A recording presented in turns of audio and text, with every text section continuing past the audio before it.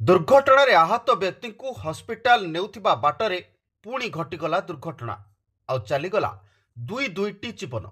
Ambulance सहित truck धक्का चलीगला आहत व्यक्ति सहित पुतुरा जीवन। घटना अन्य तीन गुरुतर भाव आहत होई भुवनेश्वर स्थित एक हॉस्पिटल रे चिकित्सित होउछंती। एभली एक हृदय विदारक घटना गंजाम जिला कविसूर्यनगर निर्वाचन मंडलीर बुढ़ांब ठारे घटिछि। बापांकर दुर्घटना आम ग्राम आमर निकटस्थ पेट्रोल पंप होता सेठू स्थानांतर कराइला पोलसरा को। सेठू पुणी जो भुवनेश्वर नापी जो आम्बुलांस से गले सहयोगी भाव से दुर्घटनाग्रस्त है। बड़ बापा को चिकित्सा करने से चिकित्सा करने बड़ बापा चिकित्सा जाते किंतु से निजे गाड़ी दुर्घटनाग्रस्त जो से भी निजे भी प्राण हरइले। सी जाऊे बापा बड़ बापा को नहीं चिकित्सा करने से खोर्धा आमर खोर्धा बाईपास निकट में दुर्घटनाग्रस्त है आम्बुलांस टी। ड्राइवर आखि पड़ जाए गाड़ी दुर्घटनाग्रस्त हो बड़ बापा को से जो नहीं जाते सी भी मृत है।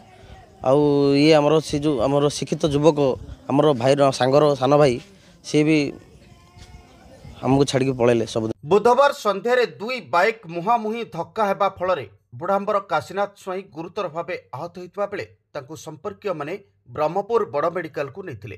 अवस्था गुरुतर रही एक आंबुलांस जोगे भुवनेश्वर हॉस्पिटल को निया जाउथला।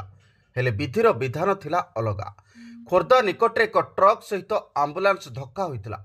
घटनास्थल रे गुरुतर काशीनाथ एवं तांको पुतुरा आकाश विषयी मृत्युवरण करछंती। आंबुलांस ड्राइवर फार्मासिस्ट समेत अन्य 3 जण गुरुतर भाव आहत होई चिकित्सित होउछंती। तेबे मृत्यु परे निजर चक्षुदान करी अमर होई जाइछंती आकाश नामक युवक। एपटे गतकाली रातिरे मरशरीर गाँव में पहुंचवा परे स्थानीय अंचल रे शोकर छाया खेली जाइछि।